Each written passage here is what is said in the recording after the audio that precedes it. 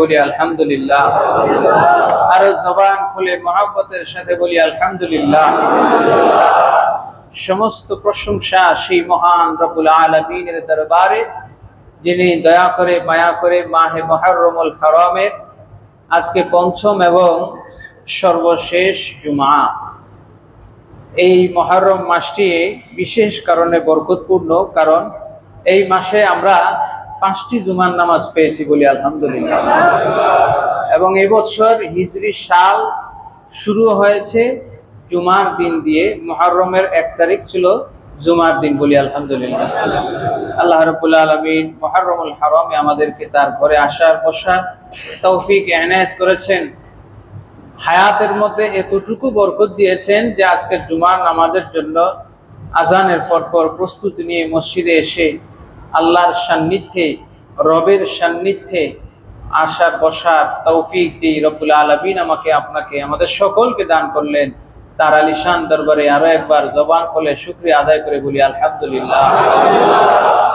দরুদ ও সালাম পেশ করছি বিশ্ব সভার সভাপতি, নূরুন আলা নূর, সৈয়দুস সাকালাইন, নবিয়ুল হারামাইন, ইমামুল কিবলাতাইন, ওয়াসিলাতিনা ফিদ দাওয়াইন, নবী মুহাম্মদুর রাসূলুল্লাহ সাল্লাল্লাহু আলাইহি ওয়াসাল্লাম এর উপরে, যিনি আজ থেকে 1500 বছর পূর্বে দুনিয়ার হাকিকত সম্পর্কে আমাদেরকে জানিয়েছেন বলি সুবহানাল্লাহ। আমরা ধারাবাহিক কলবের ব্যাধি বা আত্মার ব্যাধি সম্পর্কে আলোচনা করছিলাম। গত জুমায় আমরা অহংকার বা কিবির নিয়ে আলোচনা করেছি। আজকে আমরা কলবের দ্বিতীয় জঘন্য আর একটি রোগ, দুনিয়া প্রীতি, দুনিয়ার মহব্বত, দুনিয়ার মায়া। এই দুনিয়ার মায়া, এটি এমন একটা রোগ যেই রোগটা মানুষের কলবে থাকে না, বরং মানুষের মাথার চুলের গোড়া থেকে পায়ের পাতা পর্যন্ত প্রত্যেকটি জায়গায় এই রোগটা ক্যান্সারের ন্যায় ছড়িয়ে পড়ে বলি নাউযুবিল্লাহ। হাজেরিন, এই দুনিয়ার হাকিকতটা আল্লাহ রাসূল আমাদেরকে জানিয়ে গিয়েছেন এবং আল্লাহ পাক কোরআনে কারীমেও দুনিয়ার হাকিকত জানিয়েছেন বলি সুবহানাল্লাহ। প্যারা হাজেরিন, এই দুনিয়া নিয়ে, পৃথিবী নিয়ে জ্ঞানী, বিজ্ঞানী, মহাজ্ঞানী কিংবা নির্বোধ প্রত্যেকেরই একটা নিজস্ব ব্যাখ্যা আছে। এই পৃথিবীর প্রতিটি ইঞ্চি ধুলি কণা, বালিকণা নিয়ে পৃথিবীর মানুষের চিন্তা, গবেষণার কোনো শেষ নাই। আপনি একটা বিল্ডিং করতে যাবেন, তাও সেখানে অনেক বিজ্ঞানীর সেখানে সমাবেশ হয়। প্রথমে শুরু হয় সয়েল টেস্ট করা, সেখানে কিছু বিজ্ঞানের বিজ্ঞান কাজে লাগানো হয়। এই পৃথিবীর ধুলি বালি নিয়ে এত কিছু নিয়ে এত গবেষণা হয়, কিন্তু আসলে দুনিয়ার হাকিকত নিয়ে, দুনিয়ার প্রকৃত চিত্র এবং এর গঠন বা এর চরিত্র বা দুনিয়ার স্বভাবটা কি, দুনিয়ার হাকিকত কি, এ নিয়ে কোনো গবেষক আমাদের চোখে পড়ে বা কেউ গবেষণাও করে না। পৃথিবীর ধুলি বালিকণা নিয়ে এর ভিতরে কি রহস্য আছে, গচ্ছিত ধন সম্পদ আছে, কোথায় গুপ্ত ধন আছে, কোথায় তেল আছে, স্বর্ণের খনি আছে, ডায়মন্ডের খনি আছে কোন দেশে, এগুলো নিয়ে মানুষের চিন্তার শেষ নাই। কিন্তু দুনিয়ার হাকিকত নিয়ে মানুষের এক ফোঁটা চিন্তা নাই, ঠিক কিনা বলে? অথচ আল্লাহ সুবহানাহু ওয়া তাআলা এই পৃথিবী সৃষ্টির পর থেকেই মানুষকে দুনিয়া সম্পর্কে সতর্ক করছেন। দুনিয়ার হাকিকত কোরআনে কারীমে আল্লাহ বলে দিচ্ছেন বলি সুবহানাল্লাহ। কোরআনের 6000 আয়াতের মধ্যে, তার অধিক আয়াতের মধ্যে প্রায় 600 অধিক আয়াতে কারীমায় আল্লাহ পাক দুনিয়ার হাকিকত তুলে ধরেছেন বলি সুবহানাল্লাহ। তারপরে দুনিয়ার হাকিকত সম্পর্কে আমরা বেখবর। আল্লাহ পাক কোরআনে কারীমের সূরা লোকমানের 33 নম্বর আয়াতে বলছেন, সূরা বাকারার 96 নম্বর আয়াতে বলেছেন। অসংখ্য আয়াত, খুতবার প্রারম্ভিক যে আয়াতে কারীমে তেলাওয়াত করেছি সেখানে আল্লাহ কি বলছেন দেখেন। আল্লাহ বলছেন, ইন্না ওয়া'দাল্লাহি হাক্কুন ফালা তাগুররান্নাকুমুল হায়াতুদ দুনিয়া। আল্লাহ বলছেন, ইন্না ওয়া'দাল্লাহি হাক্ক, ও দুনিয়ার মানুষ শোনো, নিশ্চয়ই আল্লাহর যে অঙ্গীকার, আল্লাহ পাক যে বান্দার সাথে অঙ্গীকার করেছেন, এই অঙ্গীকার মিথ্যা হওয়ার, ভঙ্গ হওয়ার কোনো সম্ভাবনা নাই, বরং শতভাগ সত্য যে আল্লাহ পাক বান্দার সাথে যে অঙ্গীকার করেছেন অবশ্যই সেটা পূর্ণ করবেন বলি সুবহানাল্লাহ। তো আল্লাহর অঙ্গীকার কি ছিল? আল্লাহর অঙ্গীকার ছিল, আদম তুমি পৃথিবীতে যাও, দুনিয়াতে যাও, অল্প কিছুদিন থাকো, আমার হুকুম আহকাম, আমার নির্দেশ, আমার নিষেধ, সেগুলো অনুসরণ করো, মান্য করো, আমি অবশ্যই তোমার জান্নাতের উত্তরাধিকারী তোমাকে এবং তোমার বংশধরকে, তোমার উত্তরসূরি যারা হবে তাদের সবাইকে জান্নাতের উত্তরাধিকারী দান করবো বলি সুবহানাল্লাহ। সুতরাং আল্লাহর অঙ্গীকার সত্য না মিথ্যা? হযরতে ইমাম গাযালী রাহমাতুল্লাহি আলাইহি এই সম্পর্কে একটা ঘটনা উল্লেখ করেছেন তার ইহয়া ও উলুমুদ্দিনের মধ্যে। সেটি হচ্ছে, কিছু লোক সাহারা মরুভূমির মধ্যে পাড়ি দিল। মরুভূমির মধ্যে চলতে চলতে এক পর্যায়ে মরুভূমির পথ আর শেষ হয় না, তাদের সাথে কোনো বাহন নাই, যানবাহন, ঘোড়া বা ওট এগুলো কিচ্ছু নাই। চলতে চলতে বুড়ো হয়ে গেছে সব মানুষগুলো, কিন্তু পথ আর শেষ হয় না। এমন সময় একেবারে জীবন প্রদীপ নিভু নিভু প্রায়, ওই সময় তৃষ্ণায় কাতর অবস্থায় তারা দেখছে দূর থেকে একজন লোক ধীর পায়ে হেঁটে আসছে তাদের দিকে। তখন এই লোকগুলো তাকে দেখে একটু আশার আলো জাগলো, তারা একটু জীবন সম্পর্কে আবার তাদের মধ্যে আশা জাগলো। ওই লোককে দূর থেকে দেখতেছে সতেজ, তার মাথার চুল বেয়ে বেয়ে টপ টপ করে পানি পড়ছে। সুবহানাল্লাহ। এই লোকগুলো 1 সপ্তাহ 15 দিন, কেউ দীর্ঘদিন থেকে পানি পায় না, খাবার তো দূরের কথা, মরুভূমিতে মৃত্যুর প্রহর পড়ছে। যখন দেখতেছে ওই লোকের মাথা বেয়ে টপ টপ করে পানি পড়তেছে, তার মানে কিছুক্ষণ আগে লোকটা গোসল করে আসছে। তো লোকটা যেহেতু গোসল করে আসছে, তাহলে কাছে কোথা থেকে আসছে, যার ফলে তার মাথা থেকে এখনই টপ টপ করে পানি পড়তেছে। সুতরাং এই অবস্থায় একজন মৃত প্রায় মানুষ যদি আরেকজনকে এরকম সতেজ দেখে, তার মধ্যেও জীবনের একটু আশা জাগে কি জাগে না? তার মধ্যে একটা আগ্রহ ভরে ওই লোকের হাতে পায়ে ধরে বলল, ভাই তুমি তো অবশ্যই আশেপাশে কোথাও মাথাটা ভিজিয়ে আসছো, একটু পানির সন্ধান দাও, আমাদের জীবন প্রদীপ নিভু নিভু প্রায়। লোকটি বলল যে আমি অবশ্যই তোমাদেরকে সেই ঝর্ণার সন্ধান দেব, সেখানে তোমাদেরকে নিয়ে যাব, তবে আমার পূর্ব শর্ত হলো আমি তোমাদেরকে সেখানে নেওয়ার পর এখন থেকে যতদিন পর্যন্ত বেঁচে থাকবা আমার আনুগত্যের কখনো ব্যতিক্রম করবে না, আমার কথার কোনো ব্যতিক্রম করবে না বলি সুবহানাল্লাহ। সবাই এই অবস্থায় বললো যে অবশ্যই আমাদেরকে অন্তত বাঁচার জন্য একটু পানির সন্ধান যদি দিতে পারো তো জীবনে তোমার কথার অমান্য করব না, আদেশের অবাধ্য হব না। ওই জায়গায় সবাইকে তিনি নিয়ে গেলেন। অল্প কিছুক্ষণের মধ্যেই যাওয়ার পরে সবাই পানি টানি খেয়ে 1-8 সপ্তাহ যাওয়ার পর সবাই শরীরে শক্তি ফিরে পেল। এরপর 15 দিন যাওয়ার পরে হঠাৎ ওই লোক একদিন বলে উঠলো, এই জায়গা থেকে আমাদেরকে এখনই বের হতে হবে, সূর্য ডোবার আগে এই ঝর্ণা, এই বাগান উদ্যান আমাদেরকে ছাড়তে হবে। সুতরাং আমি তোমাদের সবাইকে হুকুম করছি এখনই তোমরা চলে যাও, আমার সাথে চলো। আমরা সামনে গিয়ে এমন একটা ঝর্ণা, এমন একটা বাগান পাবো, যেই বাগানটা, যেই ঝর্ণাটা কখনো আর শেষ হবে না। সুবহানাল্লাহ।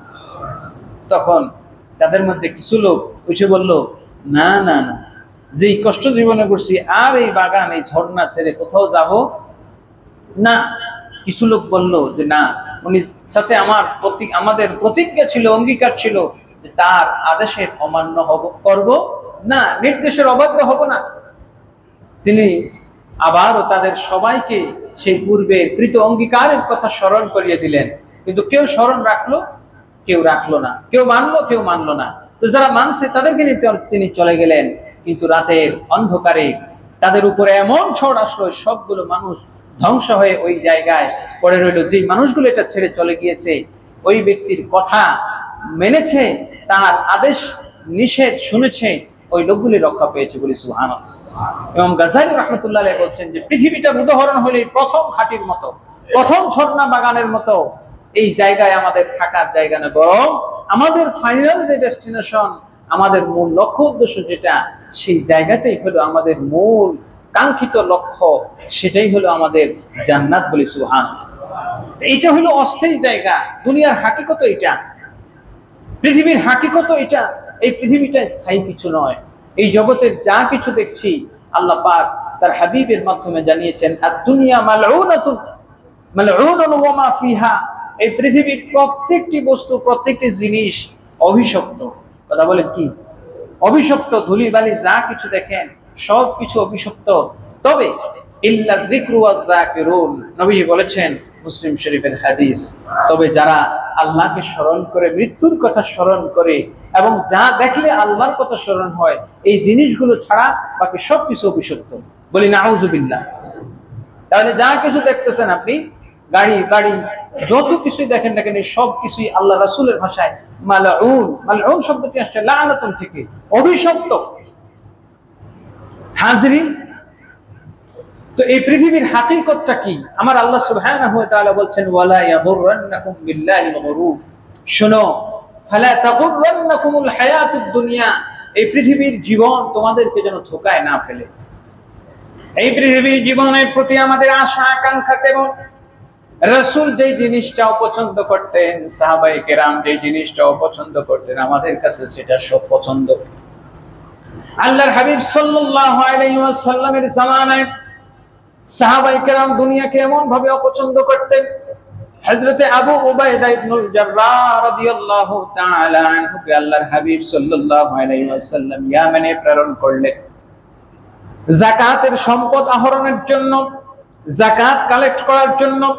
আবু উবাইদা ইবনুল জাররাহ রাদিয়াল্লাহু তাআলা আনহু তিনি যখন রাতের বেলায় যাকাতের সম্পদ নিয়ে মদিনায় আগমন করলেন, বাইতুল মালের কোষাগার ভরে গেল যাকাতের সম্পদে। যখন মদিনার প্রত্যেকটা অলিগলিতে খবর হয়ে গেল আবু উবাইদা ইবনুল জাররাহ ইয়েমেন থেকে প্রচুর যাকাতের সম্পদ নিয়ে এসেছে, প্রত্যেক সাহাবী রাতেই খবর পেয়ে গেলেন। ফজরের পর আল্লাহর হাবিব সাল্লাল্লাহু তাআলা আলাইহি ওয়াসাল্লাম নামাজ পড়ানোর পর পেছনে সালাম ফিরিয়ে যখন পেছনের দিকে মুখ করলেন, আল্লাহর হাবিব দেখতে পেলেন মসজিদে একেবারে ফজরের সময় কানায় কানায় ভরপুর। বলি সুবহানাল্লাহ। সাধারণত এরকম হয় না, কিন্তু আজকে মসজিদে একেবারে কোনা কামচায় চিপা চাপা সব জায়গায় মুসল্লি ভরপুর। আল্লাহ রাসূল ফজরের নামাজ শেষ করে সব সময় সাহাবীদের দিকে মুখ করে বসতেন এবং বিভিন্ন সময় বিভিন্ন কথা বলতেন। বিশেষ করে ফজরের পর আল্লাহ রাসূল এশরাক পর্যন্ত একটা কাজ করতেন যে সাহাবায়ে কেরামদের কে কি স্বপ্ন দেখেছে এবং কে কি নবীজি অনেক সময় স্বপ্নে নিজে কি স্বপ্ন দেখছেন সেটা বলতেন, আবার অনেক সময় সাহাবায়ে কেরাম কি স্বপ্ন দেখেছেন সেটা জানতে চাইতেন এবং সেই স্বপ্নের ব্যাখ্যা করতেন। সুবহানাল্লাহ। আল্লাহর হাবিব সাল্লাল্লাহু আলাইহি ওয়াসাল্লাম যখন উপস্থিত সাহাবায়ে কেরাম মসজিদ ভরপুর দেখলেন, আল্লাহ রাসূল হেসে দিলেন। হেসে দিয়ে বললেন, তোমরা বুঝি আবু উবাইদা ইবনুল জাররাহ ইয়েমেন থেকে আগমন করছে, এই সংবাদ বুঝি সবাই পেয়ে গেছে? সাহাবায়ে কেরাম বললেন, লাব্বাইক ইয়া রাসূলুল্লাহ, রাতেই খবর পেয়ে গেছে। এবার আল্লাহর রাসূল একটু দাঁড়ালেন, ভাষণ দিলেন। হযরত আবু উবাইদা ইবনুল জাররাহ বলছেন, আল্লাহর হাবিব সাল্লাল্লাহু তাআলা আলাইহি ওয়াসাল্লাম যখন মিম্বরের মধ্যে ফজরের পর আরোহণ করে দুনিয়ার হাকিকত তুলে ধরলেন, দুনিয়ার বাস্তবতা তুলে ধরলেন। দুনিয়া এমন একটা জায়গা, আর দুনিয়া দারুল ফানা, দুনিয়া হচ্ছে ধ্বংসের জায়গা। ইলমুল মানতিকের মধ্যে আসছে, আল আলামু মুতাগায়্যিরুন, কুল্লু শাইইন ফিল আলামি মুতাগায়্যিরুন, কুল্লু মুতাগায়্যিরুন হাদিসুন ওয়া কুল্লু ফাল আলামু হাদিসুন। পৃথিবীর প্রত্যেকটা জিনিস পরিবর্তনশীল। প্রতিটা ধুলিবালি কণা আপনি দেখবেন, ইট বালি কণা একটা থেকে আরেকটা পরিবর্তিত হয়। একেবারে যে পানি কখনো তরল অবস্থায় থাকে, কখনো বায়বীয় অবস্থায় থাকে, কখনো কঠিন শিলাখণ্ড পাথরের মতো অবস্থায় থাকে কি থাকে না। তো পানির মতো একটা বস্তু, এটা বিভিন্ন সময় বিভিন্ন অবস্থায় থাকে। ধুলিবালি কণাগুলো কখনো ইটে পরিণত হয় আগুনে পড়ে, কখনো বহু বছর জমাটবদ্ধ থেকে সাগরের তলদেশে, নদীর তলদেশে, ঝর্ণার তলদেশে থেকে সেটা আপনার পাথরে রূপান্তরিত হয়। সেই পাথরগুলো আবার এক জায়গা থেকে অন্য জায়গায় স্থানান্তরিত হয়। পৃথিবীর প্রত্যেকটি ধূলিবালি কণা, সাগরের প্রতিটি ঢেউ এক জায়গা থেকে অন্য জায়গায় আছড়ে পড়ে। একটি বাতাসের প্রতিটি কণা এক জায়গা থেকে আরেক জায়গায় প্রবাহিত হয়।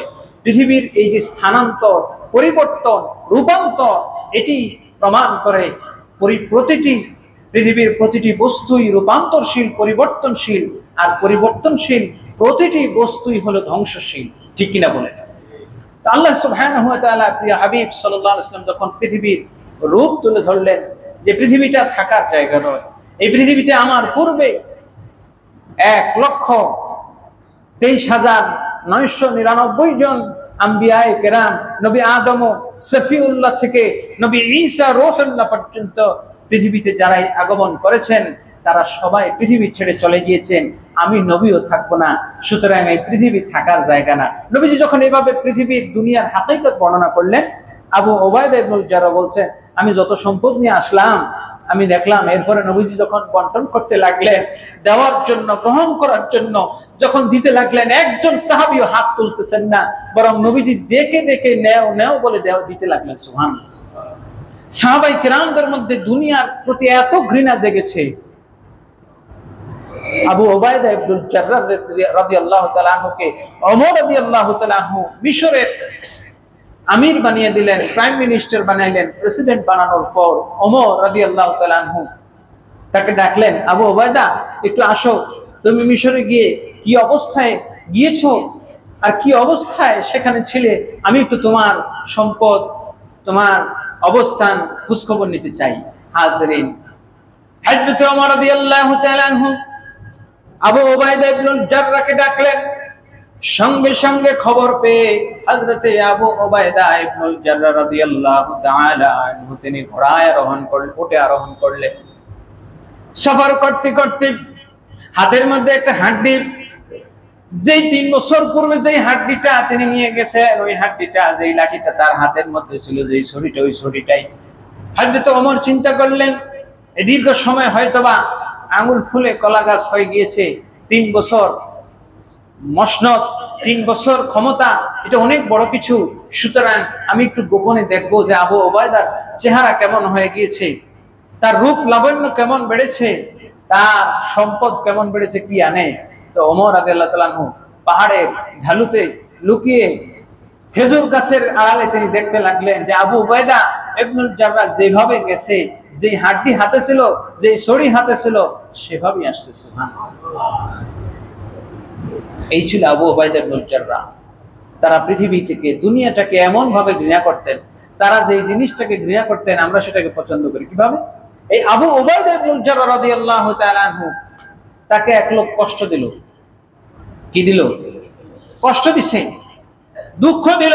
জমি জমা সংক্রান্ত কারণে তিনি নাকি আরেকজনের জমি দখল করছেন। নাউজুবিল্লাহ বলবেন না? সাহাবীর বিরুদ্ধে অভিযোগ।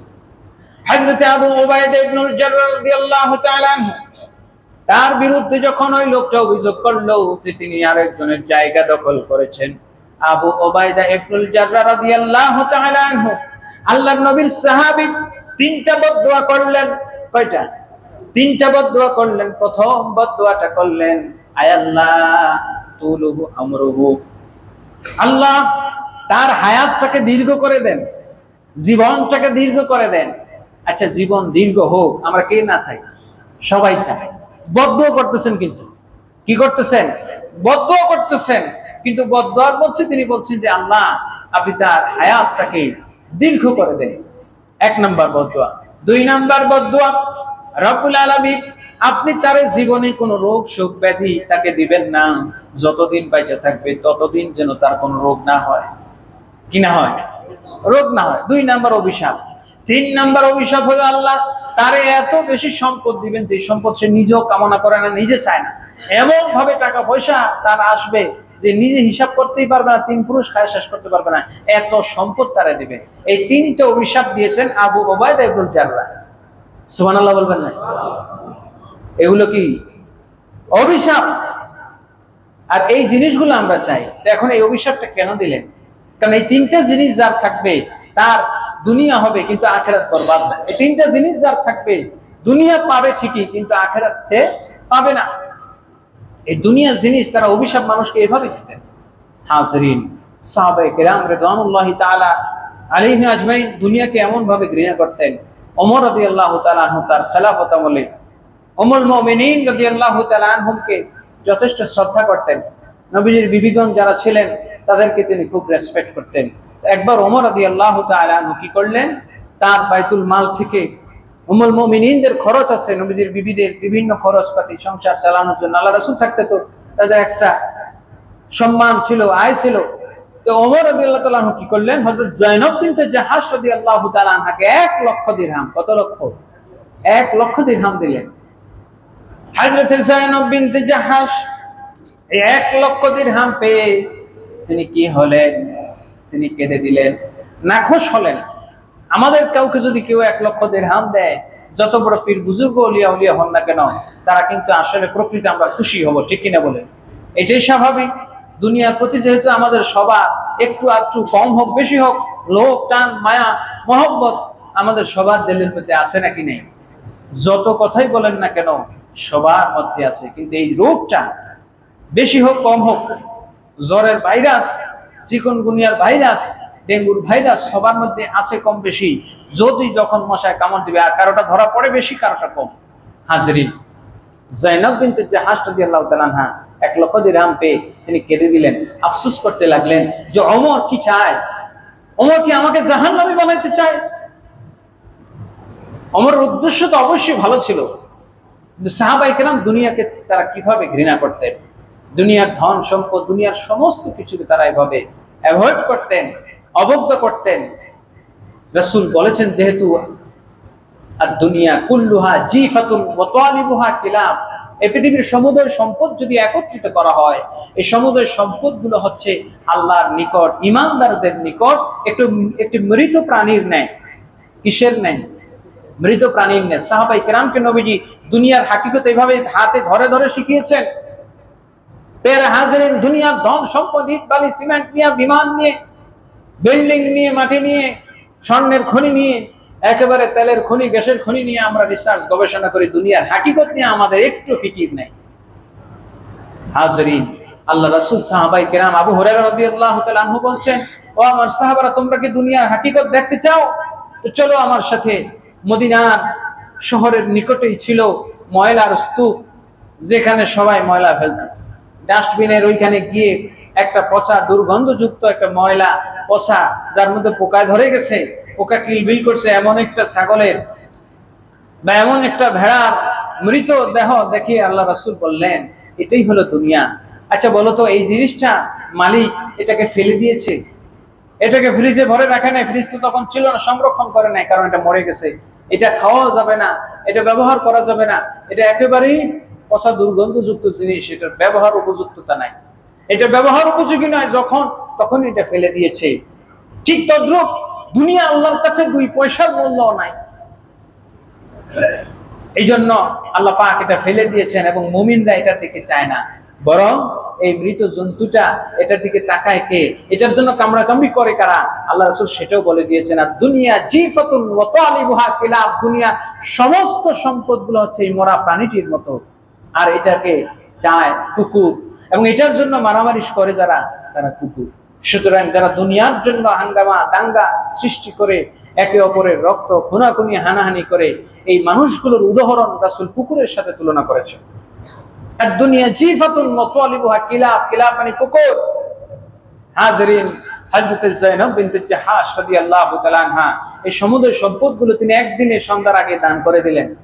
তার গোলাম সন্ধ্যা ইফতারের সময় বলতেছে, মনিব গো, ইফতারির জন্য তো কিছু রাখলেন না। তিনি বলছেন, তুমি আমাকে স্মরণ করে দিলে না কেন? এত টাকা ছিল, দিলেই তো কিছু রাখতে পারতে। এরপরে তিনি ইফতারির সময় দোয়া করলেন, রব্বুল আলামিন, আজকে সারাটা দিন এই 1,00,000 টাকা বিলি বন্টন করতে আমার সময়গুলো নষ্ট হয়েছে এই সম্পদের কারণে। রব্বুল আলামিন, তোমার দরবারে ফরিয়াদ, ওমরের পক্ষ থেকে যেন আর জীবনে আমার কাছে কোনোদিন হাদিয়া, উপহার, উপঢৌকন না আসে। বলেন সুবহানাল্লাহ। আল্লাহ পাক তার দোয়া এমন ভাবে কবুল করছেন, ওমর ঠিকই খেলাফতের মসনদে রয়ে গেছেন। যায়েনব বিনতে জাহাশ আল্লাহ রাসূলের ওফাতের মাত্র অল্প কিছুদিন পরে, রাসূলের ওফাতের পর যেই বিবিগণ ইন্তেকাল করেছেন, সর্বপ্রথম নবীজির বিবিদের মধ্যে হযরত যায়েনব বিনতে জাহাশ তিনি ইন্তেকাল করেছেন। সুবহানাল্লাহ বলবেন না? 2.5-3 বছর পরে, আবু বকরের খেলাফতের পরে ওমর রাদিয়াল্লাহু তাআলা খেলাফতে এসেছিলেন। তো যায়েনব বিনতে জাহাশ তিনি সর্বপ্রথম রাসূলের সাথে মিলিত হয়েছেন, এবং আল্লাহর হাবিব সাল্লাল্লাহু আলাইহি ওয়াসাল্লাম ওফাতের পূর্বে একটি কথা বলেছেন। সমস্ত বিবিরা ছিলেন, বিবিরা বলতেছেন, ইয়া রাসূলুল্লাহ, আপনার ওফাতের পর কে আপনার সাথে প্রথম সাক্ষাৎ করবে? সুবহানাল্লাহ বলবেন না? বুঝতেছেন সাহাবায়ে কিরামদের আবেগ অনুভূতি কোন জায়গায়? পৃথিবীর ক্ষুদ্র জীবন নয়, ক্ষুদ্র জীবনে 10-12 বছরের সংসার নয়, যা বরং জান্নাতে চিরকাল ধরে রাসূলের সান্নিধ্যে কে থাকবে, কে আগে যাবে, আয়েশা সিদ্দিকা রাদিয়াল্লাহু তাআলা আনহা এবং হাফসা রাদিয়াল্লাহু তাআলা আনহা এই দুইজন বয়সে নবীন ছিলেন আল্লাহ রাসূলের উম্মাহাতুল মুমিনিনদের মধ্যে।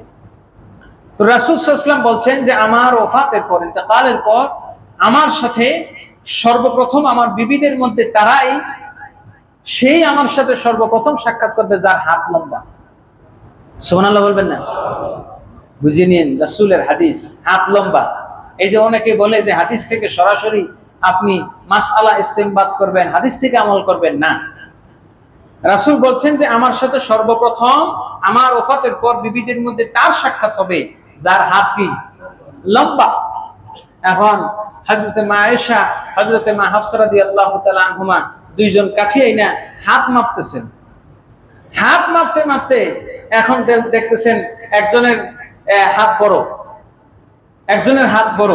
হযরত সাফিয়া রাদিয়াল্লাহু তাআলা আনহা, তার হাত একটু লম্বা ছিল। থাকেন অনেক মানুষের হাত লম্বা, হাত লম্বা। কিন্তু যখন জয়নব বিনতে জাহাশ রাদিয়াল্লাহু তাআলা আনহা ইন্তেকাল করলেন আল্লাহ রাসূলের বিবিদের মধ্যে সর্বপ্রথম তিনি, তখন তারা চিন্তা করলেন আসলে হাত লম্বা মানে এই হাত লম্বা না, বরং হাত লম্বা বলতে যা তানের হাত লম্বা। সুবহানাল্লাহ।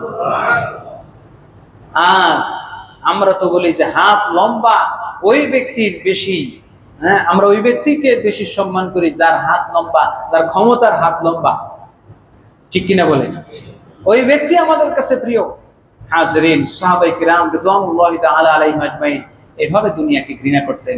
ওমর রাদিয়াল্লাহু তাআলা আনহু কিভাবে দুনিয়াকে ঘৃণা করতেন, দুনিয়ার হাকিকত। ওমর রাদিয়াল্লাহু তাআলা আনহু বাহির থেকে আসছেন, আসার পর ওই আরব দেশে তো আর ফ্রিজ ছিল না, বরফ ছিল না, রুয়াবজা ছিল না, খুব দুপুরের সময় তৃষ্ণা লাগছে। তো তার বিবি কি করলেন, মরুভূমির মধ্যে পানিতে এমনি গরমের সময় দেখবেন ঘরে টেবিলের উপরে গ্লাসে জগে পানি রাখছেন, এটাই গরম, তো ফ্রিজ থেকে বের করেন। তখন তারা পানি একটু ঠান্ডা হওয়ার জন্য কি করতেন, কলসটাকে মাটির ভিতরে নিয়ে রাখতেন, মাটির মধ্যে গর্ত করে রাখতেন যাতে একটু ঠান্ডা থাকে। তো ওই মাটির তলে কলস থেকে একটু পানি দিলেন। আবার যেহেতু তৃষ্ণার্ত, চিন্তা করলেন শুধু পানি কেমন লাগবে, তখন তো আর রুয়াবজা ছিল না, একটু 2-4 ফোঁটা মধু মিশিয়ে দিলেন। মধু মিশানোর পর ওমর রাদিয়াল্লাহু তাআলা তৃষ্ণার ছুটে যখন চুমুক দিবেন, চুমুক দেওয়ার সময় হযরত ওমর রাদিয়াল্লাহু তাআলা তৃষ্ণার্ত কাতর অবস্থায় পানি পান করছেন। প্রথম চুমুক দেওয়ার পর যখন একটু ঠান্ডা লাগলো ঠোঁটের মধ্যে, যখন আরেকটু নিলেন, জিহ্বার মধ্যে যখন একটু মিষ্টতা অনুভব করলেন, ওমর গ্লাসটা সঙ্গে সঙ্গে ছুঁড়ে ফেলে দিয়ে বললেন, তোমরা কি আমাকে দুনিয়া গ্রাস করাইতে চাও? আমার দুই বন্ধু আবু বকর চলে গেছেন, আমার প্রিয় নবী চলে গেছেন তৃষ্ণার্ত অবস্থায়, দুনিয়ার কোনো এক ফোঁটা জিনিস তাদেরকে গ্রাস করতে পারে নাই, আর তোমরা আমাকে দুনিয়া গিলাইতে চাও। সুবহানাল্লাহ বলবেন। আপনি কি বুঝলেন? এক গ্লাস পানি তৃষ্ণার্ত অবস্থায়, তার সাথে একটু মধু মিশানো, এটাকেই তারা বলছেন দুনিয়া, আর এটাই তোমরা আমাকে খাওয়াইতে চাও। সাহাবায়ে কেরাম রিদওয়ানুল্লাহি তাআলা আলাইহিম আজমাইন এভাবে দুনিয়াকে ঘৃণা করেছেন। দুনিয়ার হাকিকত তাদের কাছে ছিল, যার ফলে দুনিয়া তাদেরকে ধোঁকা দিতে পারে না। আল্লাহর হাবিব সাল্লাল্লাহু আলাইহি ওয়াসাল্লাম, ওই যে বলছিলাম আবু উবাইদা ইবনে জাররাহ রাদিয়াল্লাহু তাআলা আনহু মদিনা থেকে সম্পত্তি আনার পর রাসূল সাল্লাল্লাহু আলাইহি ওয়াসাল্লাম ভাষণের মধ্যে বলেছিলেন, ও আমার সাহাবারা শুনো, আমি তোমাদেরকে এই বিষয়ে আশঙ্কা করি না যে তোমরা আমার পরে মূর্তির পূজা করবা, তোমরা আমার পরে শিরক করবা, এটা আমি আশঙ্কা করি না। তবে আমি একটা জিনিস আশঙ্কা করি, তোমরা সম্পদের পূজা করবা, দুনিয়ার পূজা করবা। বলেন না নাউজুবিল্লাহ। প্যারা হাজিরিন, তো সাহাবায়ে কিরাম রিদওয়ানুল্লাহি তাআলা আলাইহিম আজমাইন সহ পরবর্তী সালফে সালেহিনদের মধ্যে দুনিয়া নিয়ে তারা ব্যাপক গবেষণা করতেন। কি করতেন বলেন? দুনিয়া নিয়ে গবেষণা করতেন। কিভাবে যানবাহন, উন্নত থেকে উন্নততর বাহন তৈরি করা যায়, রকেট প্লেন তৈরি করা যায়, না এগুলো নিয়ে নয়, বরং দুনিয়ার হাকিকত কি, দুনিয়া কিভাবে কিভাবে মানুষকে ধোঁকা দিতে পারে, কিভাবে কিভাবে মানুষকে ধ্বংস করতে পারে, এই জিনিসগুলো নিয়ে তারা গবেষণা করতেন। এবং বিভিন্ন গ্রন্থ, বিশেষ করে ইমাম গাজালি রাহমাতুল্লাহি আলাইহি তার কিতাবের মধ্যে এগুলো লিখেছেন, ইহয়া উলুমুদ্দিন, মিনহাজুল আবেদিন, মিনহাজুল কাসিদিন, এভাবে অসংখ্য কিতাব ইমাম গাজালি লিখেছেন। এবং তাসাউফের অসংখ্য কিতাবে দুনিয়ার হাকিকত নিয়ে লেখা। হাজিরিন, আমরা দুনিয়ার জিনিসটাকে, বাহ্যিক জিনিসটাকে আমরা বেশি দেখি।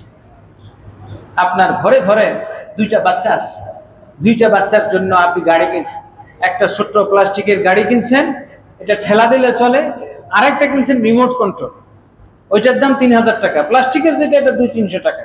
খেলা দিলে কি শুধু যায়, এরপর আর যায় না। আপনি ঘরে নেওয়ার পরে দুইটা খেলনা বাচ্চার সামনে, দুইটার মধ্যে প্রথম ছোটটা বের করছেন, বলছেন যে প্রথম যে নিবে সে প্লাস্টিকেরটা পাবে, আর পরে যে নিবে তাকে আমি রিমোট কন্ট্রোল গাড়িটা দেব। এখন ছোট বাচ্চা, সে তো আর বুঝে না, সে নগদ যা পাও হাত পেতে নাও, নগদ যেটা পাইছে এটাই কামড়াকামড়ি করে নিস। আর যে বুদ্ধিমান সে বলতেছে ঠিক আছে থাক বাবা, আমি পরে নেব, আমার রিমোট কন্ট্রোল দিন। কিছুক্ষণ পর যখন ওটা বাইর করে দিলেন, ও যখন এখানে বসে ওইখানে ঘুরে আগারে চালায়, তখন ওই বাচ্চা এটা নিতে চায় যে আমি এটা নেব। প্যারা হাজিরিন, পৃথিবীর সম্পদটা হলে এটা ক্ষণস্থায়ী। আপনি যখন ধৈর্য ধারণ করবেন আখিরাতের জন্য, সেটা ঈমানদারের জন্য চিরস্থায়ী। বলি সুবহানাল্লাহ। আমরা দুনিয়ার সম্পত্তিকে সম্পদশালী মনে করি। পৃথিবীর বহু ধনী কিয়ামতের ময়দানে দেখা যাবে হাজার কোটি টাকার মালিক কিয়ামতের ময়দানে রিক্ত নিঃস্ব অবস্থায় পড়ে থাকবে। আপনার পকেটে মসজিদে আসছেন এক লোক, ধরেন দুইজন মুসল্লি বাসা থেকে বের হয়েছেন, একজন বাড়িওয়ালা আর একজন ভাড়াটিয়া। ভাড়াটিয়ার পকেটে 10,000 টাকা, আর বাড়িওয়ালার ব্যাংকের মধ্যে অগ্রণী ব্যাংক, সোনালী ব্যাংক, পূবালী ব্যাংক, রূপালী ব্যাংক মিলিয়া জিলিয়াম সব ব্যাংকে মিলিয়া 10,000 কোটি টাকা আছে। বের হওয়ার পর রাস্তার মধ্যে দুইজনরে ডাকাইতে ধরার পর ভাড়াটিয়া 10,000 নিয়ে গেল, আর বাড়িওয়ালা ব্যাংকে যার কোটি টাকা আছে তারে বলতেছে বেটা ফকিরনির ছেলে, বেটা ফকিরনির পুত, রাস্তার মধ্যে 2টা টাকাও নিয়ে তো বাইর হবে ডাকাইতের জন্য। তো ডাকাইতের কাছে উপস্থিত ধনী হলো যার কাছে 10,000 টাকা আছে, আর যার ব্যাংকে 10,000 কোটি টাকা আছে ডাকাইতের কাছে তার কোনো মূল্য। সে ফকিরনির বাচ্চা, ফকিরনির ছেলে, তাকে গালি দিচ্ছে ধরেন। এখন আপনি প্রকৃত ব্যক্তি বুঝবে যার ব্যাংকে টাকা আছে সেই ধনী, যার উপস্থিত 10,000 নিয়ে বেরিয়েছে সব গেল। ঈমানদারদের উদাহরণ হলো এরকম। দুনিয়াবাসী নগদ কাফের মুশরিকদের সম্পদ থাকবে, তারা বল দেখবেন আপনি দুনিয়ার তারা অনেক সম্পদশালী বিত্তশালী, কিন্তু ঈমানদারদের জন্য আল্লাহ পাক যেই জিনিসগুলো রেখেছেন আখিরাতে, যেই জিনিসগুলো আল্লাহ পরকালে ঈমানদারদের জন্য রেখেছেন, সেই জিনিসের তুলনায় দুনিয়ার জিনিসের কোনো মূল্য, কথা বলেন, আছে? নাই।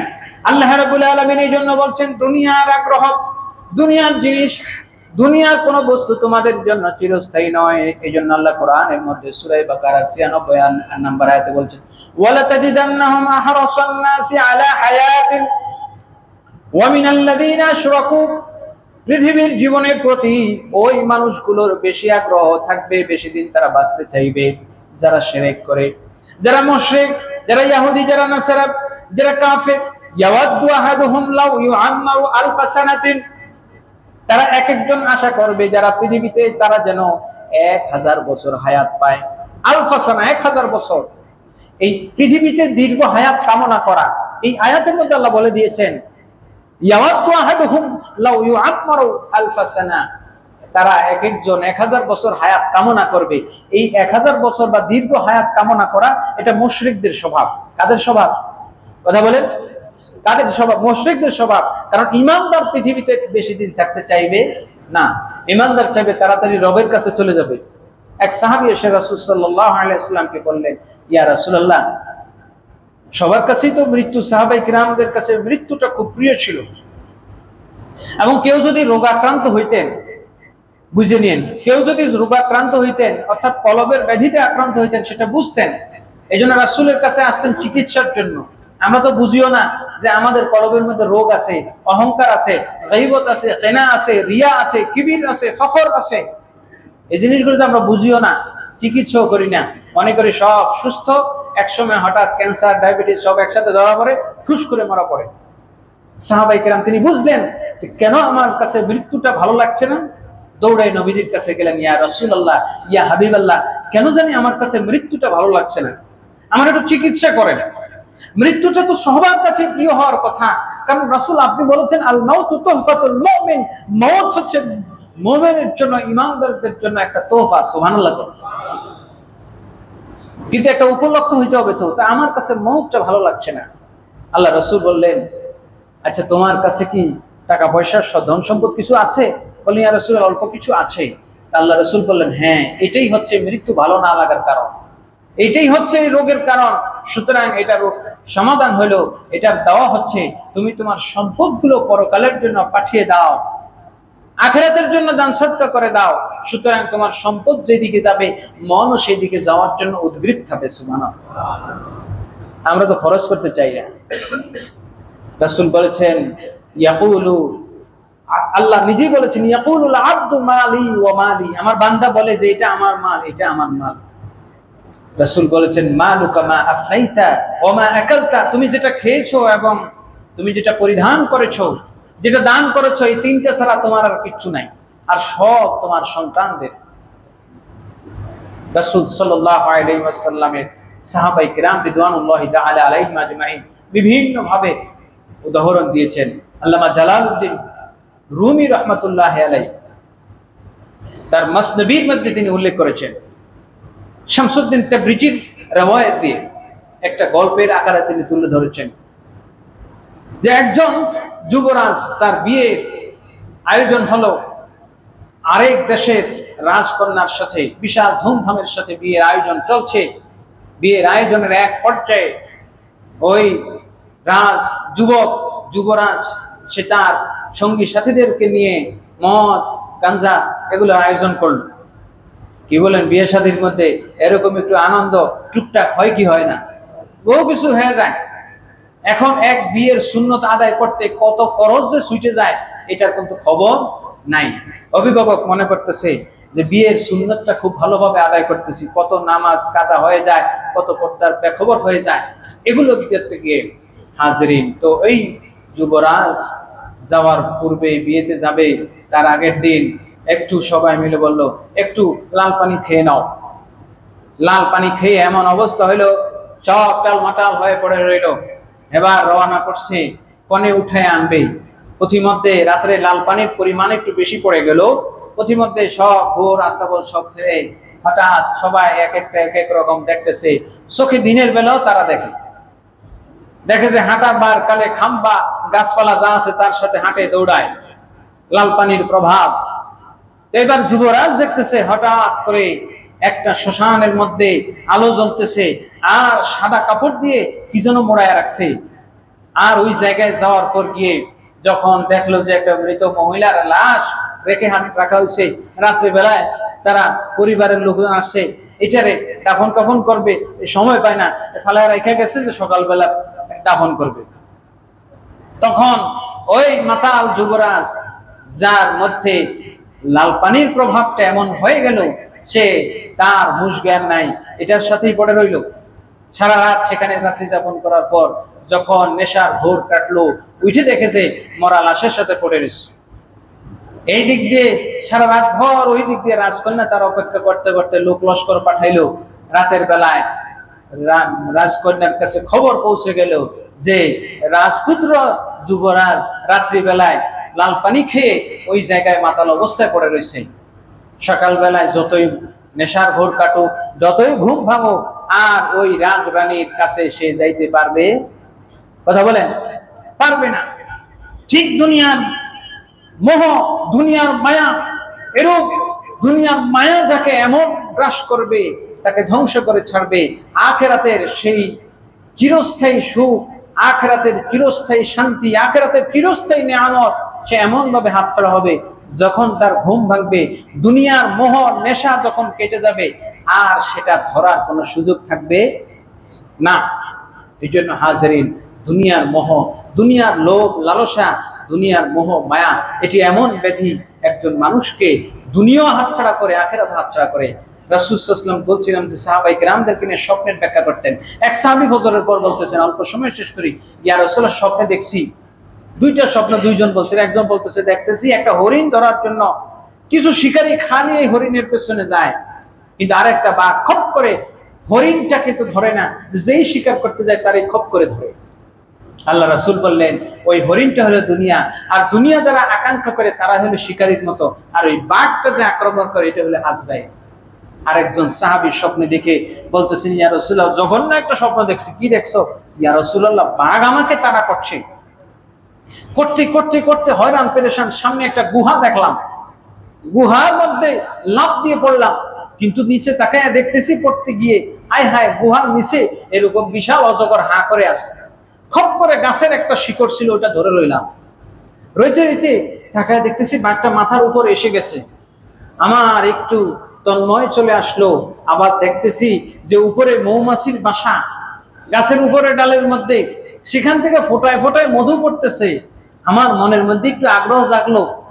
আমি বেমালুম নিচে সাপের কথা ভুলে গেলাম, বাঘের কথা ভুলে গেলাম। আমি হা করে ওই গাছের ডাল থেকে যে মৌমাছির বাসা থেকে মধু পড়তেছে, হা করে মধু খাইতে লাগলাম। মধু খাইতে খাইতে এক পর্যায়ে আমি ধপাস করে নিচে পড়ে গেলাম। কি হলো বুঝলাম না। আর আমি হঠাৎ দেখলাম যে ইঁদুরে আমার ওই গাছের গোড়া যেটা ধরে রাখছে ওটা কাটতেছে। হঠাৎ করে ধপাস করে পড়ে গেলাম, আর ঘুম ভেঙে গেল। আল্লাহ রাসূল বললেন, তোমার এই স্বপ্নের ব্যাখ্যাটা হলো তোমার জীবন এভাবে চলে যাচ্ছে, মৃত্যুর দুয়ারে তুমি পৌঁছে যাচ্ছ। ওই বাঘ নামক আজরাইল তোমাকে ধাওয়া করছে, আর তুমি দুনিয়ার মধু খাওয়ার জন্য এমন পেরেশানি অবস্থায়, এমন টেনশন অবস্থায় দুনিয়ার মধু খাওয়ার জন্য হা করে খাইতেছো। এই দিক দিয়ে ইঁদুর তোমার বয়স নামক হায়াতটাকে কেটে দিচ্ছে। নিচে হা করে কবর তাকিয়ে আছে, বাঘ আজরাইলের রূপে তোমাকে তেড়ে আসছে। এই সব কিছু ভুলে তুমি মধু খাওয়ার জন্য বসে আছো। দুনিয়ার চিত্রটা এমন হাজরিন, দুনিয়ার চিত্রটা এমন। দুনিয়া আমাকে আপনাকে লালায়িত করবে, দুনিয়ার পেছনে দুনিয়ার সংসার। এক সময় জীবনটা ধ্বংস করে আখিরাত বরবাদ করে দুনিয়া ছেড়ে চলে যেতে হবে। সর্বশেষ মান্তিকুত তয়রের একটা কথা বলে দুনিয়ার লোভের ব্যাপারে শেষ করছি। মান্তিকুত তয়রের মধ্যে এই ঘটনা রয়েছে। এক শিকারী একটা পাখি শিকার করলেন।